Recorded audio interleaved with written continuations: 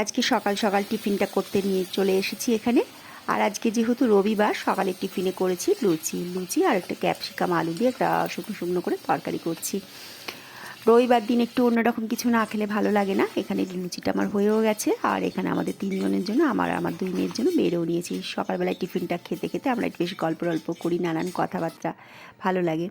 আর আজকে রবিবার, কিন্তু আজকে মাংস হয়নি। আসলে মাংসটা আমিও আনতে যেতে পারিনি, আর মেয়েদেরও কাজ ছিল তাই যেতে পারিনি। আর হাজব্যান্ড যেহেতু বাড়িতে নেই, তার জন্য ডিমই করে ফেললাম। আর ডিম করলেই মেয়ে বলবে, মা এটা ডিমটা অর্ধেক করে করো, কারণ ডিমের মধ্যে মশলাটা ঢুকে ওর ভীষণ ভালো লাগে। তার জন্য ডিমটা অর্ধেক করেছি, কিন্তু আমার না ভালো লাগে না। আগের দিনও তোমাদের বলেছিলাম, ডিম করতে গেলেই দেখো কুসুমটা বেরিয়ে গেল। আর কালকে যখন ট্রেনে করে আসছিলাম না, তখন একজন ভদ্রমহিলার সাথে আমার আলাপ হয়।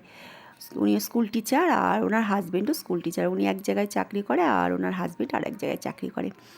ওনাদের তো কোনো দেখো টাকা পয়সার অভাব নেই। উনি কথায় কথায় বলছিল যে ওনাদের পরিবারে ভীষণ অশান্তি। তাই ভাবছিলাম আস্তে আস্তে যে কোনো মানুষ পুরো সুখী নয়, কারোর না কারোর জীবনে কিছু না কিছু অশান্তি আছে। কারোর টাকা পয়সার, কেউ অসুখ বিসুখ নিয়ে, কেউ পরিবারের অশান্তি নিয়ে। তাই প্রত্যেকটা মানুষকেরই উচিত আমাদের, যে আমরা ভাবি যে হয়তো সে ভীষণ সুখী আছে, আমিই হয়তো কষ্টে আছি, তা নয়। সব মানুষেরই অশান্তি আছে, অসুখী আছে, তার মধ্যে আমাদের সুখটাকে বের করে নিতে হয়।